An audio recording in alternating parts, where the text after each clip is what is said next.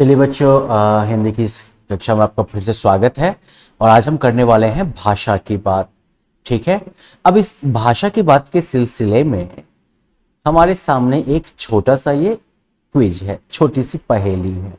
हमें क्या करना है इसमें कि जो कुछ नाम हैं उन नामों को इसमें से खोजना है।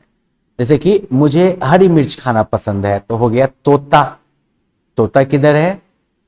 तोता उत्तर हो गया।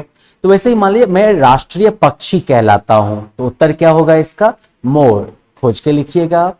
मेरी मीठी बोली सबको भाती है, तो मेरे ख्याल से ये तो कोयल ही कह सकती है। नहीं, मैं संसार का सबसे भारी पक्षी हूं, तो भाई इतनी तो इज्जत जो है शुतुरमुर्ग भाई साहब की ही है। मेरा घोंसला बहुत सुंदर होता है। अच्छा, ये पक्षी खास है, इसका नाम है बया। मेरे सिर पर लाल रंग की कलगी होती है। किधर है मुर्गा भाई साहब? खोज लीजिएगा। ठीक है। अब ये तो आसान है। इसमें क्या करना है आपको कि पक्षियों को उनकी बोली से आपको जो है रेखा खींच के मिलान करवाना है।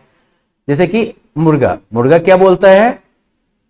कू कू। नहीं, नहीं बोलता है ऐसा। अच्छा चलिए, तो मुर्गा जो है वो बोलेगा कुकुरुकू। और तोता का क्या है? ये क्या है? कोयल। कोयल है क्या ये?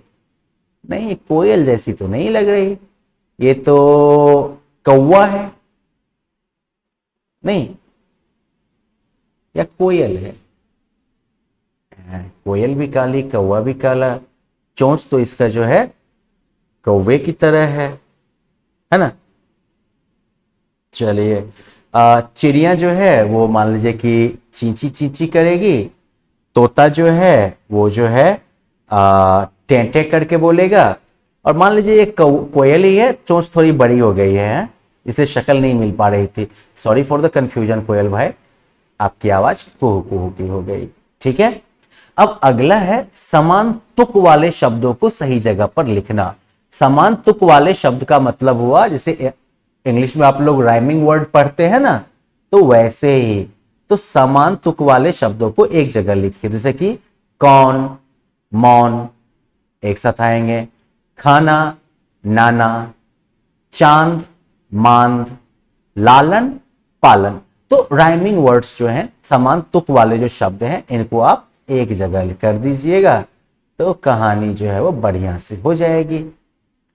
अच्छा, अब जो है कुछ मूल्य परक प्रश्न हैं, तो इनकी भी हम चर्चा कर ही लें, ताकि जो है आगे की बात आगे देखी जाएगी। जैसे प्रकृति से हमें क्या क्या सीख मिलती है? तो देखिए, प्रकृति से हमें जो है उपकार करने की सीख मिलती है।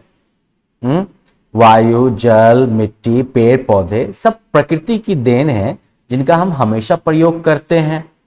परंतु प्रकृति इसके बदले हमसे कुछ लेती नहीं है।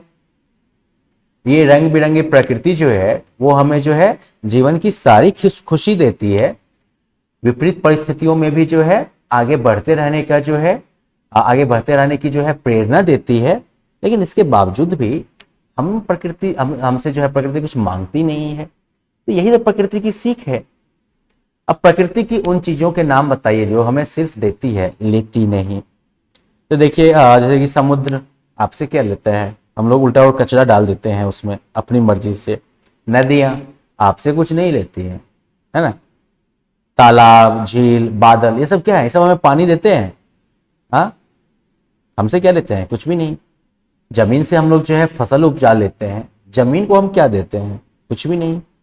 हवा जो है वो हमें ठंड देती है और सांस देती है। हवा को इसके बदले में क्या चाहिए? कुछ नहीं। सूरज और चांद जो है वो हमें रोशनी देते हैं, लेकिन उसके बदले में वो क्या लेते हैं? कुछ भी नहीं। चलिए फिर आज की इस कक्षा को हम यहीं विराम देते हैं।